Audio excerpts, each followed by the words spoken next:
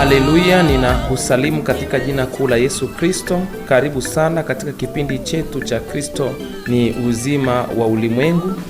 Mahali popote ulipo unapotusikiliza na unapotufuatilia. Na leo tunakuletea somo nzuri sana la kuhusu kuwaombea wagonjwa.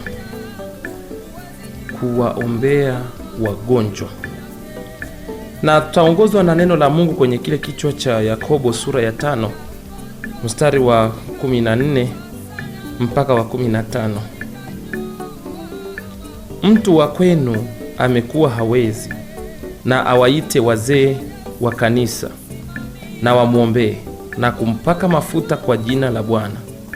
Mstari wa 15, na kule kuomba kwa imani kutamwokoa mgonjwa yule, na Bwana atamuinua, hata ikiwa amefanya dhambi atasamehewa.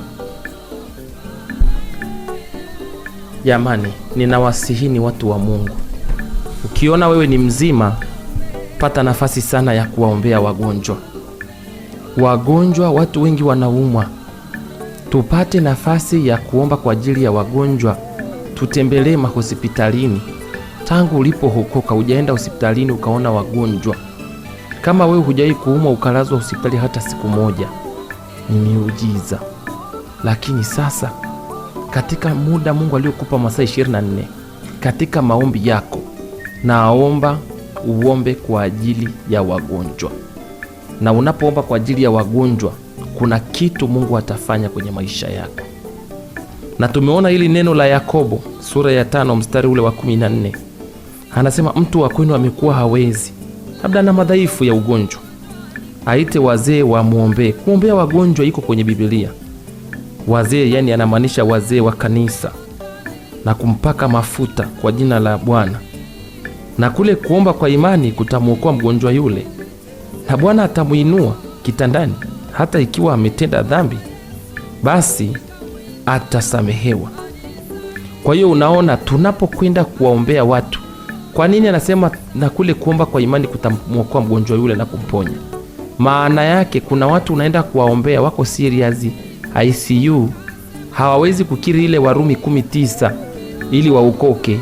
Sasa sisi tunapoenda tunaamini, tunawaombea toba, tunaomba rehema, na yale mafuta ya matakatifu kiwapaka, Mungu anasema ile kuomba kwa imani na kupakwa mafuta kule kutamponya mgonjwa yule na kutamuinua. Kwa hiyo kama hajaweza kuzungumza na wewe unakazana labda muongoze sala ya toba isikusumbue. Wewe omba tu damu ya Yesu Kristo ishuke juu yake. Unajua Mungu anaweza kumsamehe mtu dhambi kwa wewe kusimama kwa niaba yake na ukatubu na akakusamehe, kwa sababu ndivyo neno linavyosema hapa kwenye Yakobo sura ya 5 mstari wa 15, na kule kuomba kwa imani kutamwokoa mgonjwa yule, na Bwana atamuinua, na hata kama amefanya dhambi atasamehewa. Kwa hiyo tuendelee kuomba kwa ajili ya wagonjwa, na ni agizo la Yesu mwenyewe kuwaombea wagonjwa wote, sawasawa na Mathayo sura 25 mstari wa 43. Mathayo sura ya 25 mstari wa 43. Anasema nilikuwa mgeni nanyi hamkunikaribisha, nilikuwa mgonjwa nanyi na mfungwa nanyi hamkuja kunitazama. Nilikuwa mgeni hamkunikaribisha, nilikuwa mgonjwa na mfungwa, lakini nyinyi hamkuja kunitazama. Kwa hiyo tuwe tunatazama watu wanaoumwa. Kila unaposali hakikisha unataja magonjwa, watu wanaumwa. Jamani, tembeleni hospitalini muone watu wanavyoumwa. Kama hujawahi kuumwa, unaweza ukafikiri magonjwa ni kwa watu fulani. Ukiumwa, kuna maumivu mengine yanaondoa usingizi. Mtu anakesha na maumivu makali mpaka kuna kucha. Ninakuomba popote unaposikia ujumbe huu, tuchukue dakika 10 za kuombea wagonjwa kote ulimwenguni, na Mungu atakwenda kufanya kitu kwenye maisha yako katika jina la Yesu. Ombea wagonjwa. Ombea wagonjwa. Wengine wako ICU, wengine wanasubiria kufanywa operation, wengine wanasubiria kufanywa matibabu fulani, lakini wamekosa gharama za hospitalini. Sasa tuombe kwa ajili ya wagonjwa jamani. Tuombe kwa ajili ya wagonjwa, tuombe kwa ajili ya wafungwa walioko magerezani. Unaona lile neno la Yesu analosema katika Mathayo 25 mstari ule wa 43. Anasema kwamba alikuwa kifungoni, watu wakwenda kumtazama. Alikuwa mgonjwa, watu wakwenda kumtazama. Sasa unajua huyu mtu wale wanafunzi walimuuliza Yesu, Bwana, ni lini tulipokuona kifungoni tusije kukutazama? Ni lini ulikuwa mgonjwa tusije kukuona? akasema jinsi mlivyowatendea wale watu mlikuwa mnanitendea mimi. Kwa hiyo unapokwenda kumtizama mgonjwa hospitalini, unakwenda kumtazama Yesu. Unapokwenda kumtazama mtu gerezani, unakwenda kumtazama Yesu. Unapokwenda kumtazama mtu ambaye anapitia mahali pagumu, ukampa neno la faraja, ni Yesu. Ndizo huduma za Yesu hizo ambazo amezisema katika Mathayo sura 25. Soma kuanzia mstari wa 38 mpaka wa 45. Utaona anasema ni yeye. Kile ulichokuwa unafanyia hao watu sio wewe ulikuwa unafanyia, ni yeye. Ni yeye. Kwa hiyo jamani, tufanye matendo hayo ya huruma kwa ajili ya kuomba kwa ajili ya ndugu zetu. Tujitoe kutembelea mahospitali na katika vituo hivyo vya watu wenye mahitaji maalum. Watu wanaumwa, kuna watoto wengine wana ubongo mtindio, kuna watu wengine ni albino. Sasa hivi tuombe sana kwa ajili ya watoto hawa ambao wana ulemavu wa ngozi, wanawindwa sana kwa sababu ya ibada ya imani za kishirikina zimekithiri katika maeneo mbalimbali ya dunia. Wanatolewa sadaka, hawana amani. Naomba uchukue dakika chache uombe. Omba kwa ajili ya watoto hao. Naomba uombe kwa ajili pia ya watu ambao wana kensa. Jamani, tembelea Ocean Road uone jinsi watu wana kensa, midomo imejaa. Haifai kuangalia kensa za uzazi, kensa za matumbo, kensa za maeneo mbalimbali.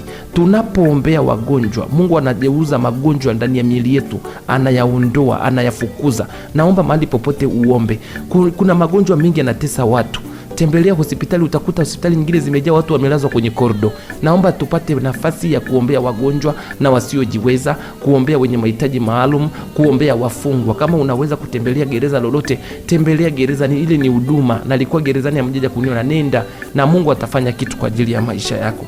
Na tukumbuke katika Isaya 53 mstari ule wa 5 na wa 6, alijeruhiwa Yesu kwa ajili ya makosa yetu, alichubuliwa Yesu kwa ajili ya maovu yetu, na adhabu ya amani yetu ilikuwa juu yake, na kwa kupigwa kwa Yesu sisi tumepona. Kwa hiyo naomba tuwaombee wagonjwa ili Mungu aweze kuwaponya. Tuende na damu ya Yesu, tuombee watu kwa kutumia damu ya Yesu, tuombe kwa kutumia jina la Yesu, tutamke damu ya Yesu mara nyingi juu ya wagonjwa. Tuweke mikono juu ya wagonjwa, nao watapata afya sawa sawa na lilo agizo la Bwana Yesu mwenyewe alilosema katika kile kitabu cha Injili ya Marko.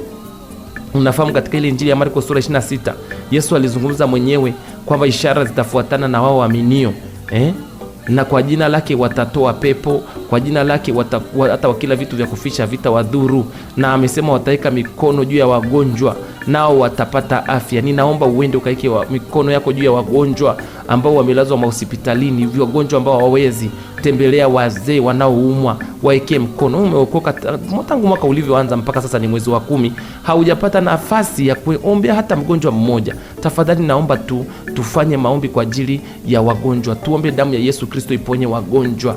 Tuombe damu ya Yesu Kristo iguse wagonjwa. Achilia damu ya Yesu Kristo katika maeneo tofauti.